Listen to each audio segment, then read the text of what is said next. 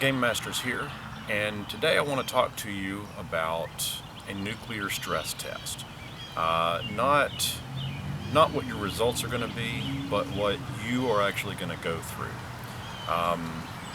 First thing I'll mention, if you happen to be a hairy Wookiee like me, do them all a favor, because you're going to have all kinds of little sticky dots all over you. I had about 12 of them on me. Do yourself a favor and shave your chest. It will decrease a little bit of embarrassment, increase a little bit of dignity on your part, and they won't have to do it when you get into the hospital. Trick is, use your little trimmer first, trim it down, and then break out your razor blade to a smooth finish. How far down you go, that's up to you guys, and that's a different video altogether. But I will say, expect for the few days following to itch like balls. And I mean, it's going to itch like crazy. Now, when I got there, the first thing they did in the nuclear stress test was had me squeeze my hand into a fist, and they put a what they called a numbing stick into my arm so that they could put the IV in. And then they put the IV in and injected me with a radioactive chemical, and that chemical is what allows them to get the X-ray of your heart, and they're going to do put you in a big machine that's going to rotate, and it's just going to get all different angles of your heart. But the IV, the thing that they inject into it, is also going to play with your sense of smell and your sense of taste for a little bit. It was kind of kind of tasted a little bit like rubbing alcohol. That's kind of what I tasted. That's kind of what I smelled after they did that, put that injection in. Then they take you in, lay you out on a table, and they start hooking all these different little electrodes up. I want to say I had about 12 or 5,000 hooked up to me. They had them on my wrists, they had them all over my chest, all over my stomach, and it was cold. I mean, it's like those little glue dots, those little bitty glue dots. That's what it felt like. And when those get peeled off, it's going to pull hair. That's why you want to shave. It didn't. Well, I'll get to the part that was here when they took the IV out. I'll get to that in a little bit. The next thing you're going to do is lay down on the table. They're going to have you put your arms up. You're actually laying down, so your arms are going to be lying down behind you, and you have to be completely still for about 15 minutes while this X-ray machine goes on. And what they're doing is they're measuring or getting images of your heart while you're at rest with the chemicals going through your heart.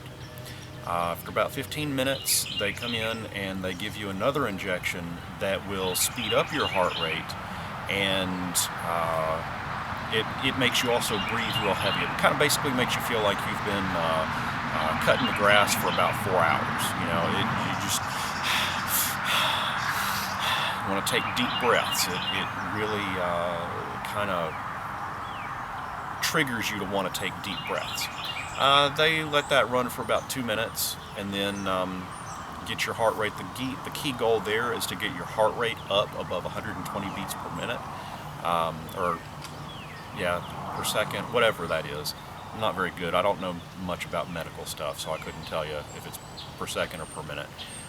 Anyway, after that's done, they're going to slide you back into the machine, and for another 15 minutes you have to be completely still. Again, your arms are up above you, and they're going to rotate the thing around and take another picture of your heart. This time it's going to be with your heart stressed out, because it's gotten up to 120 beats or more. It's going to allow all of that chemical that they injected you with that make you, have that funny taste and funny smell. It's radioactive, so you are going to be nuclear. That's why they call it a nuclear stress test. So they'll be able to bounce the X-rays off of that, or not really bounce the X-rays off, but they'll be able to see that in the X-rays. And from there, they can determine whether or not your heart is good or bad. Turns out mine is not 100% awesome. So that's one thing I will mention. on a little side note, eat right, starting off early. You want to successfully, what that's going to do, that's going to allow you to, eating right correctly, from the beginning, that's going to allow you to roll as many 20s against save versus death. It's the easiest way to explain it. Think about that. The more food, the more nasty food, the more pizza, the more carbs you eat, the more fat you eat. Just the rotten, nasty sodas, all of that stuff. That's going to contribute to a lower constitution. Lower constitution is a worse saving throw that you get, worse saving throw bonus that you get, and when it's your turn to roll a save versus death, you want to roll that number as high as possible. Eat right. That's going to certainly help that constitution bonus. Anyway, back on track. Once they wheel you out, they start taking everything off. If you have lots of hair, it's going to hurt. They will shave you. That's embarrassing to have somebody else shave you, unless you happen to get off on that kind of thing. I don't. But once they get all of those little dots off of you, then it's going to be time to take the IV out. And think about this. This was probably the most painful and awkward part of this entire stress test, was them taking the IV out. The IV coming out itself is not what hurt. It's the tape that they put to hold it in place. I didn't shave any of this part of my arm hair, and when they pulled that off, it pulled several hairs out and it hurt like hell. So consider shaving a little bit here, maybe shaving a little bit here. Depends on where they're going to go in with the IV at. From there, depending on how good your doctor is, you may get results immediately. It might take a few days. In my instance, I went in on a Thursday, and I get to sit all weekend long until they call me next week, probably Tuesday, to let me know what my results are. So I've got the stress of all weekend wondering if I'm going to keel over with a heart attack. Hey, is this little pain here? Oh, is that just a pulled muscle? Did I just strain myself a little bit, or am I having a heart attack? Great anxiety. Perhaps that's part of the stress test. Maybe that's a continuation of it. I don't know. But anyway, I kind of run out of stuff to say, but that's the nuclear stress test in a shell. It's nothing to be scared of. It's simple.